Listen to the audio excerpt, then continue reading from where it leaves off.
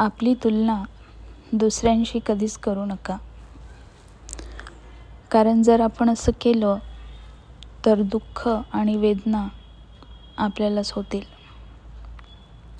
जेव्हा आपण एका तराजूला बघतो तर दोन्ही बाजू तराजूच्या सारख्या असतात, पण एका बाजूवर काय मांडण्यात आलं त्यावर हे डिसाईड होतं की कोणती बाजू वजनी आहे आणि कोणती बाजू हलकी आहे.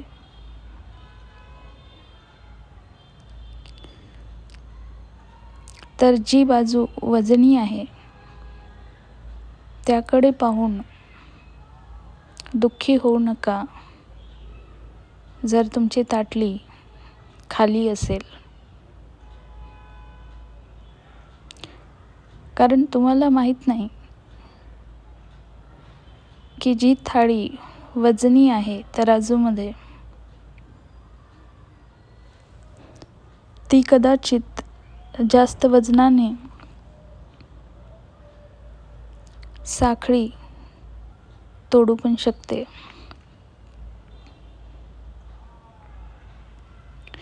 तुम्हाला आत्ताच दिसतं की तुमच्यापेक्षा अधिक कोणाकडे आहे, पण तुम्हाला नंतरचं दिसत नाही.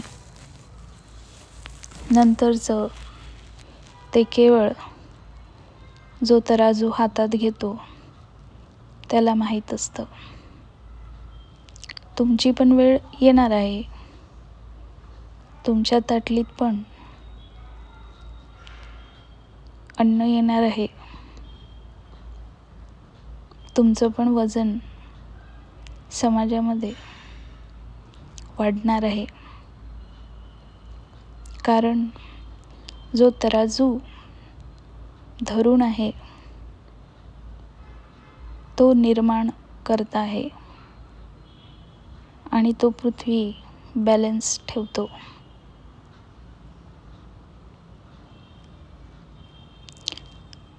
तराजू कधी पण खाली वापरण्यात येत नसतो. म्हणजेच एका साईडला वजन आणि दुसऱ्या साईडला एम्प्टीनेस असं तराजू कधीच वापरल्या जात नसतं. म्हणून जो दुकानदार असतो तो एका साईडला तराजूमध्ये धान्य ठेवतो आणि दुसऱ्या साईडला तो माप ठेवतो. त्याचप्रमाणे आपलं जीवन पण परमेश्वर पाहतो. जर आपल्या बाजूच्याकडे भरपूर असेल तर परमेश्वर त्या खाली थाळीमध्ये वजन टाकतो आणि आपल्याला उठवतो, अपलिफ्ट करतो. म्हणून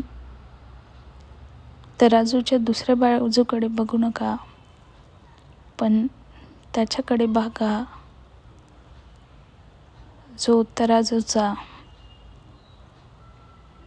काटा पकडून आहे. आमेन.